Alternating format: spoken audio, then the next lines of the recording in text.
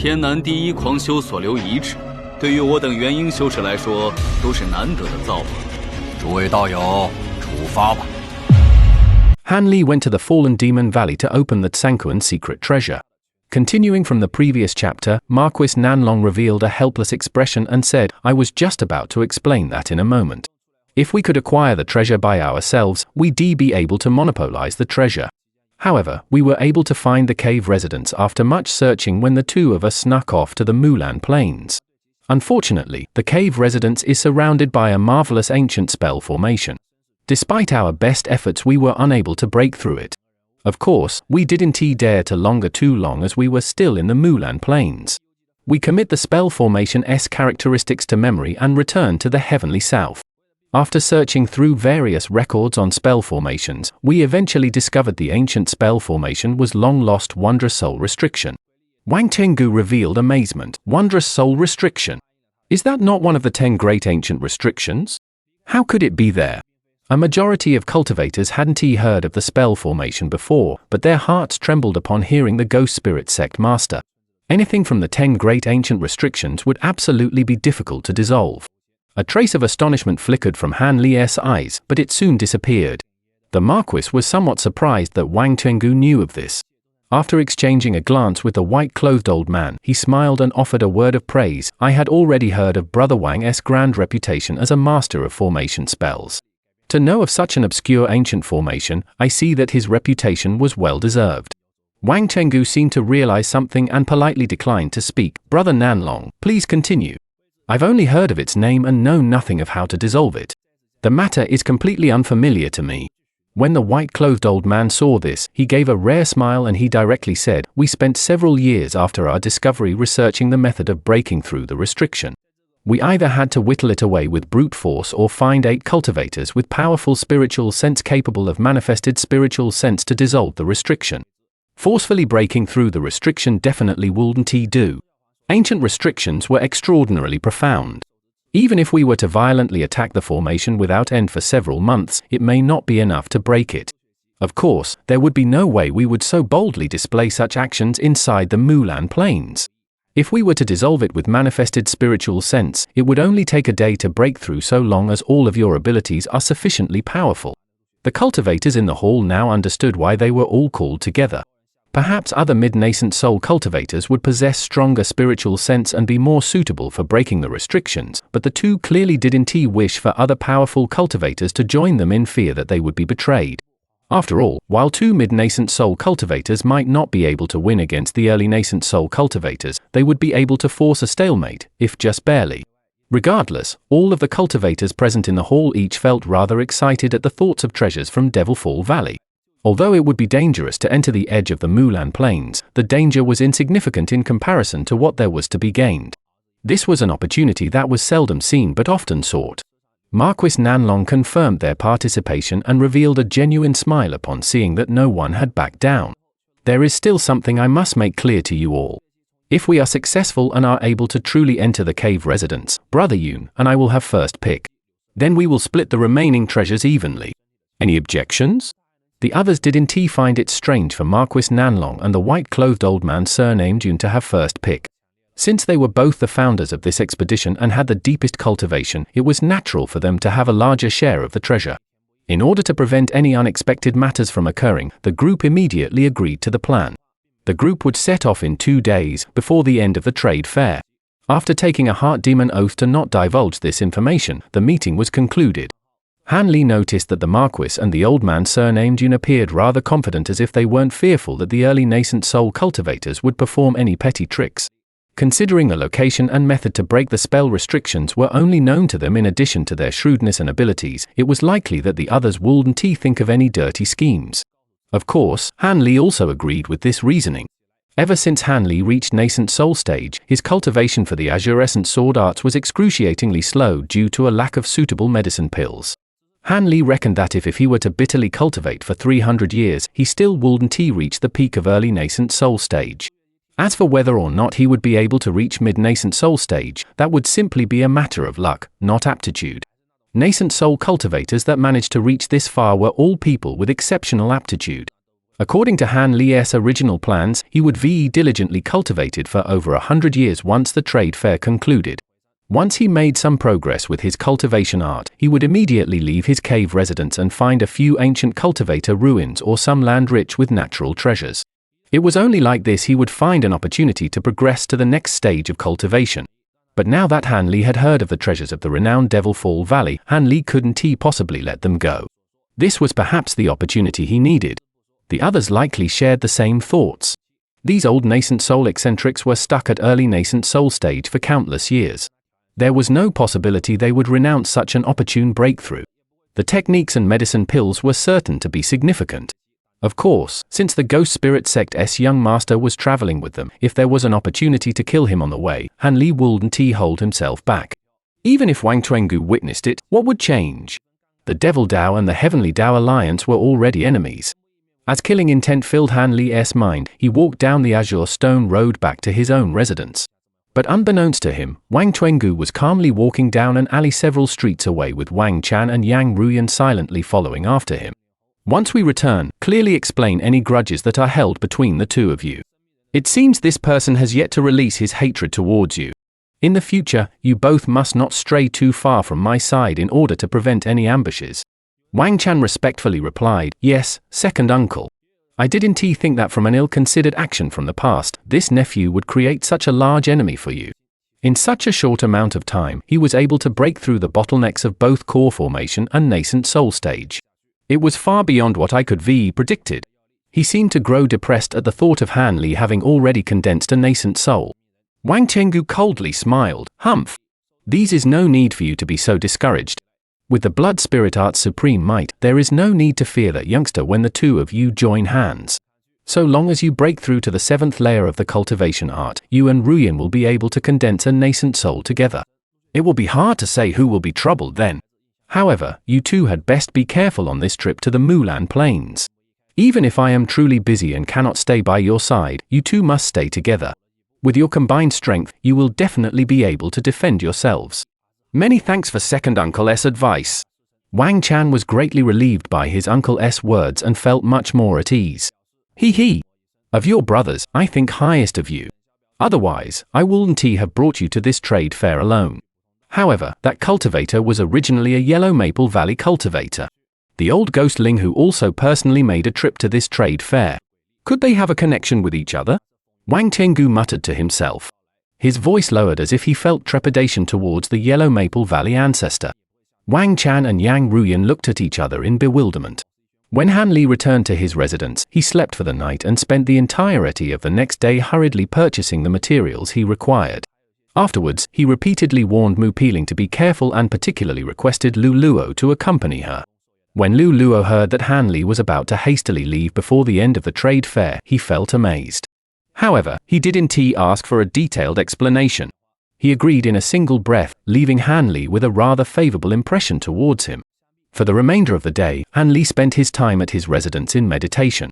It was only when the appointed time had drew near that Han Li departed from the pavilion and set off to a small mountain 500 kilometers south of Soaring Sky City. 6 hours later, he and the others had all arrived. The 3 from the Ghost Spirit sect were the last to arrive. When Han Li saw this, he felt his heart stir. As soon as Marquis Nanlong said, "We go," the group of 9 silently departed south towards the Mulan Plains. The State of Yu was the country of the 9 nations union closest to the Mulan Plains, but there wasn't truly a border between them. There was 5,000 kilometers of desert wilderness separating the two. This area had very little vegetation and clouds of yellow sand eternally blowing through the air. It was the battlefield where the 9 nations union and the Mulan spell warriors fought. It was unknown how many cultivators had died in this barren wasteland.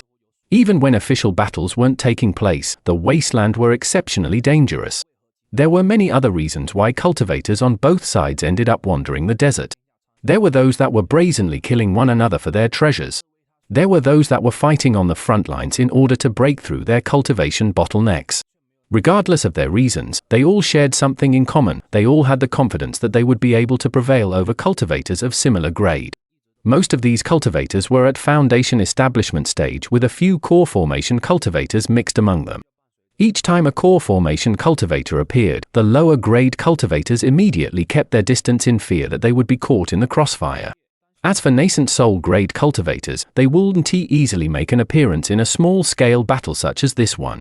That was why the Marquis group weren't particularly vigilant when crossing through this area.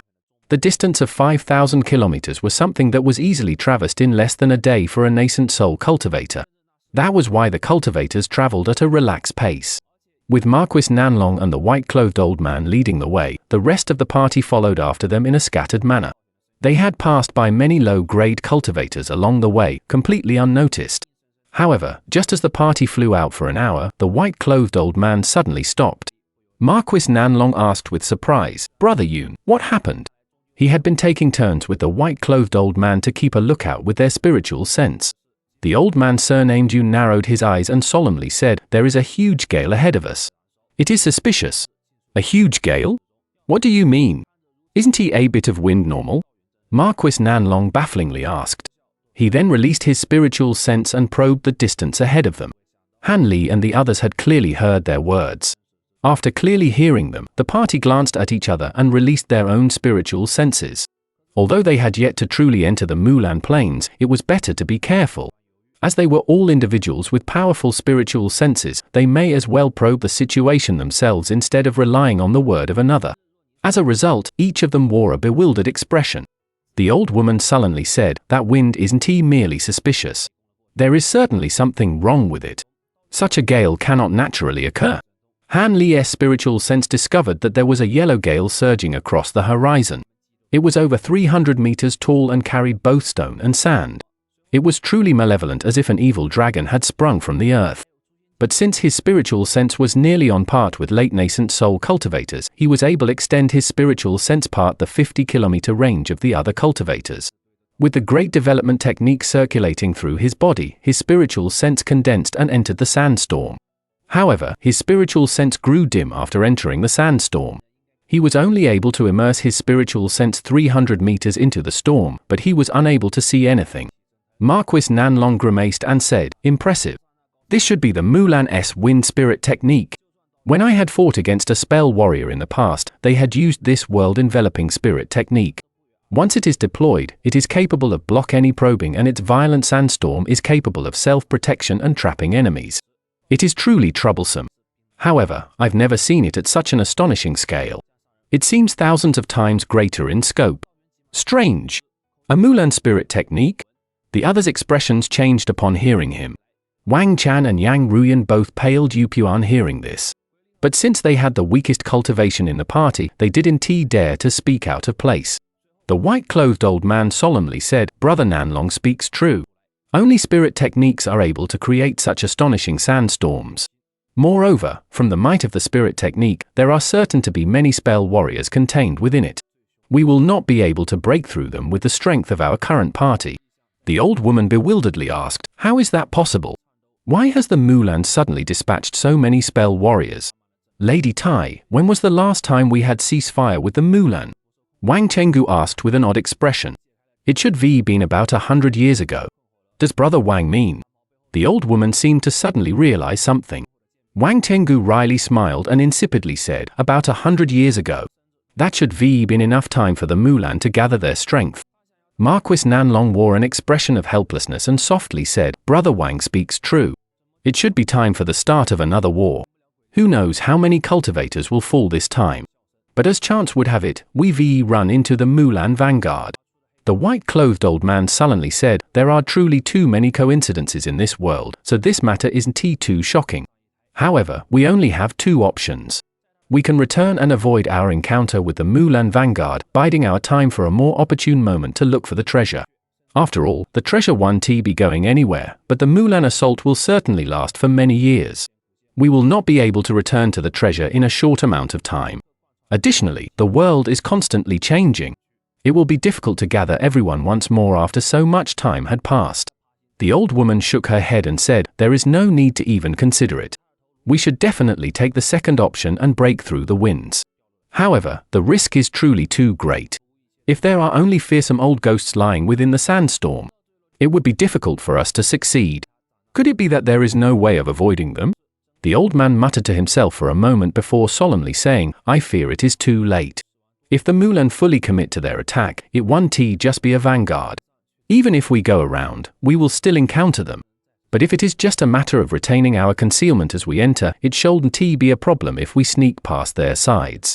So long as we get past the Mulan vanguard, we will be able to evade the main force of spell warriors with enough time. Then we will be able to do as we please in the defenseless Mulan plains and allow us to make off with the treasure without any worries. The others discussed the old man's proposal and felt that it was the only option. After all, it would take many more years before this opportunity arose once more if it were given up now. Of course, retreat couldn't even be considered if they weren't nascent soul cultivators. Their lifespans wouldn't have been able to endure the weight.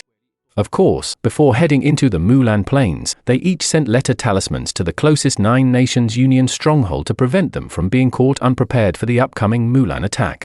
This was considered something of an obligation given that they were cultivators of the heavenly south.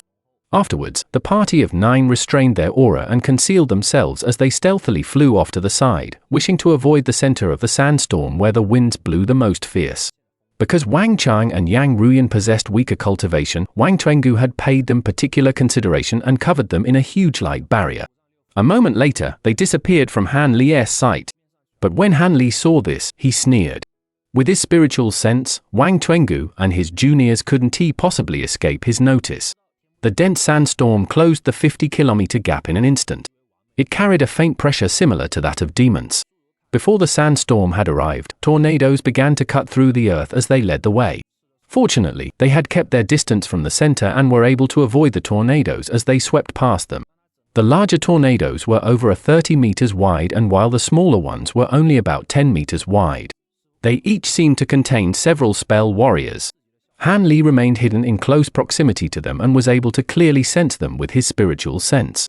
The blurred, vague silhouettes within the tornadoes hadn't discovered Han Li and company. They simply continued on their way. Under the cold gaze of Han Li and company, they watched the spell warriors quietly go on their way. Closely following after the tornadoes was the tremendous sandstorm. Standing at the very front, Marquis Nanlong's expression changed as he warned the party with a voice transmission, "Not good. Be careful at the side."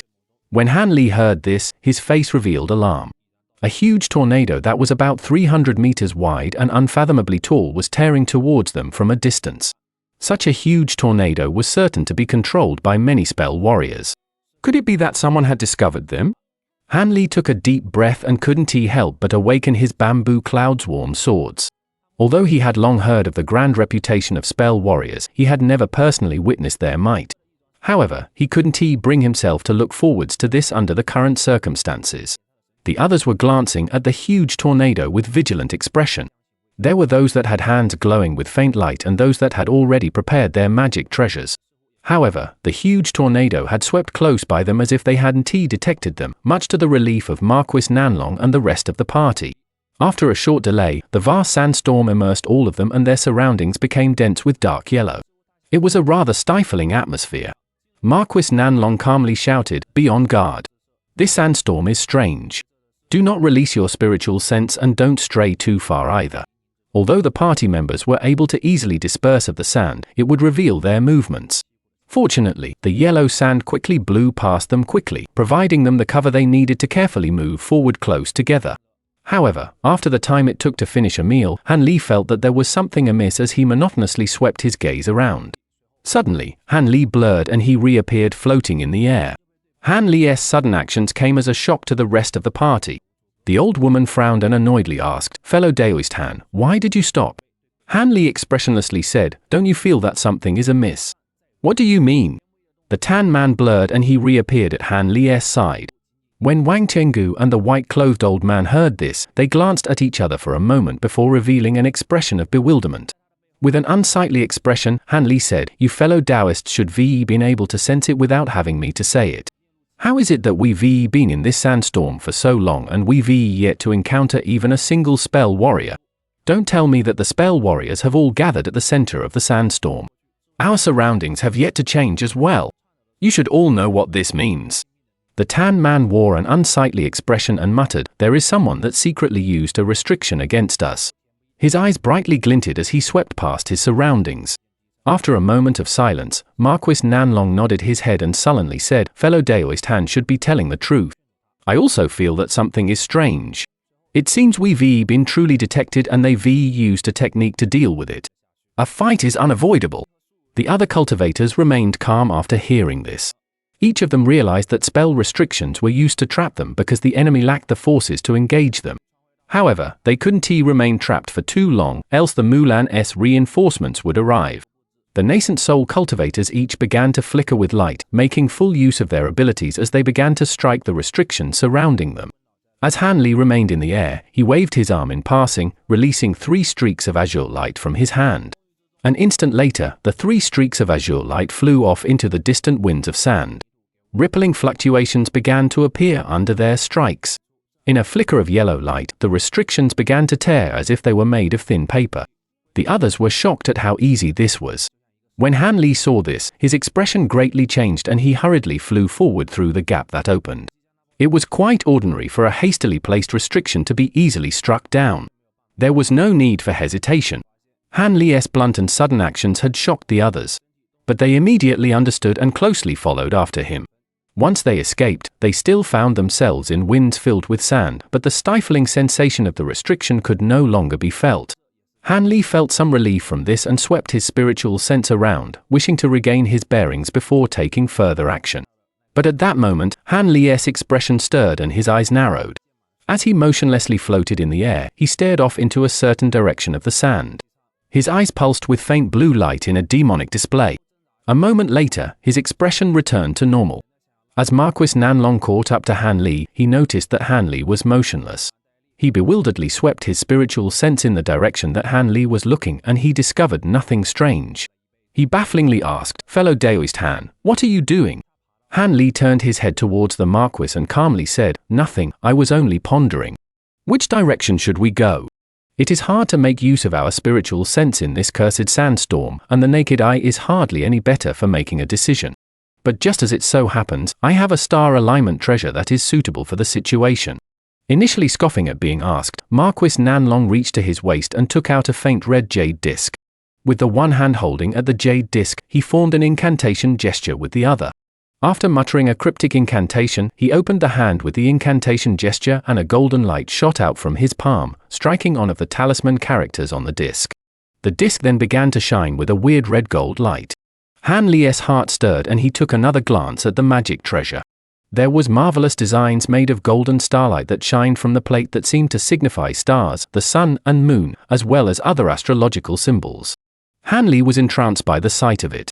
The others also crowded around with curious expressions. Marquis Nanlong wasn't bothered by this and merely concentrated on the patterns shining on the jade disc. A short moment later, he put away the treasure with a flip of his hand and briefly said, "Follow me." He then enveloped himself in a ball of golden light and shot off. The rest of the party wordlessly followed after him. They were clearly confident in the Marquis' judgment. In a flash of black light, Wang Tengu enveloped Wang Chan and Yang Ruyan and brought them along. However, when he passed by Han Li, the ghost spirit sect elder seemed to faintly glance at him before calmly brushing past him. Han Li returned the glance with a mysterious smile. He faintly saw that Wang Chan had lowered his head and didn't dare to look in his direction in a rather meek fashion. On the contrary, the beautiful Yang Ruyan calmly turned her gaze towards Han Li for a short while with bright eyes before turning away. Han Li soon found himself at the rear of the group. But with a careless smile, his body flashed with azure light as if about to set flight. But before that, he unconsciously turned his gaze to where he glanced previously and wore an odd expression. He then coldly chuckled and flew off. In that instant, Han Li's figure disappeared into the sandstorm. A short moment after Han Li disappeared, a flash of blinding yellow light shined from where he had been looking at. A huge dark hole that suddenly appeared from the ground where a huge shiny black insect had crawled out of.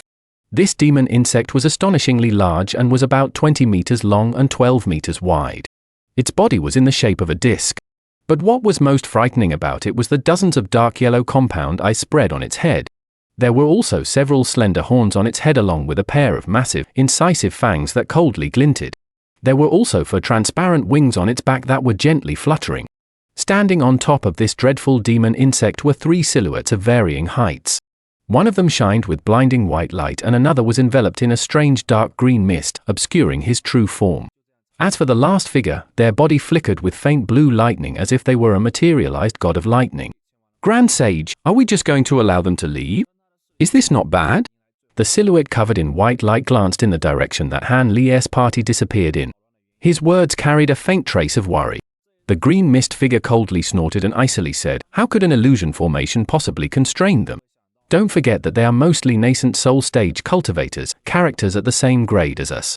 Even the weakest two are still late core formation cultivators. It is delusional to think that our Yellow Sand tribe could hope to restrain them. His temperament seemed harsh. But how will we deal with the Heavenly Wind tribe's Sage Mu? He was the one who personally sent a message to have Yus block the group of cultivators to our greatest ability. The vanguard is under his tribe's command for the time being. He should have already sent orders to gather the Grand Sages from the other tribes. Would it be better for us to unleash our tribe's holy protection artifact, the Devil Earth Banner? Even if we can't cause the nascent soul cultivators much harm, it should be possible to trap them for the time being. The white light silhouette raised the proposal with an anxious tone. The green mist figure grew furious and bluntly rebuked, nonsense. How can we so casually use the 36 Devil Earth banners? The ancestors of our Yellow Sand tribe have always instructed us to never use the sacred banner unless our tribe is on the verge of extermination. And even if these cultivators were trapped for a time, given their abilities, they would certainly destroy a few of the banners. How would we respond then? Without the sacred tribe protecting artifacts, how could we steadily maintain our position in the 10 great tribes? There may be even a few smaller tribes that may pry into the matter and exterminate us. I was careless. Many thanks for Grand Sage's reminder. The spell warrior within the white light hastily apologized for his offense. Since you've only recently become a sage, this fault will be forgiven just this once. In any case, it's not as if we did nothing. They were simply too powerful and we were incapable of restraining them. Grand Sage Mushaw had a good idea to send our Yellow Sand tribe to tie the intruders down. Once both sides suffered, he conveniently arrived to finish them off and take the lion's share of the credit and loot. On the other hand, if we don't take out our tribe-protecting artifacts to block them, we will be seen as harboring malicious intentions, leaving an opportunity for them to enact reprisals. The Grand Sage in the green mist coldly spoke as if he had an extremely poor opinion of the Sage Mu. The Mulan spell warrior shrouded in lightning calmly said, I fear this is how Sage Mu intends to act. After all, our two tribes never did have a good relationship. However, we are now allied armies and aren't truly subordinate to them. Our loss of strength isn't truly something they will take to heart. Moreover, the Heavenly Wind tribe's wind-riding chariot is extremely fast. It should be able to overtake the intruders. It will be hard to say who will end up victorious. But so long as they manage to buy enough time for the main force to arrive, the Heavenly Wind tribe will be the victors. The Grand Sage in the green mist disagreed. Although the wind-riding chariot is extremely fast, by the time enough people are gathered together to use it, it will perhaps be too late. After a moment of thought, the Grand Sage muttered, whether or not those cultivators are caught is no concern of ours. But I am puzzled about the youth that managed to first break through the formation. It seemed he discovered where our concealed hole was. How baffling! The Shumi insect is an exotic insect from antiquity, and although its combat power isn't great, it has the innate ability to temporarily tear a crevice in space. It is an expert in concealment. Although it is still immature and the amount of time it can maintain a spatial tear is limited, it was still enough to prevent the two mid-nascent soul cultivators from discovering us. But unexpectedly, it wasn't enough to prevent this particular early nascent soul cultivator from discovering us. It seems that youth is an exceptional character. If it isn't due to a particular secret technique, then it must be from an exceptionally powerful probing treasure. A trace of bewilderment could be heard from the Grand Sage's voice.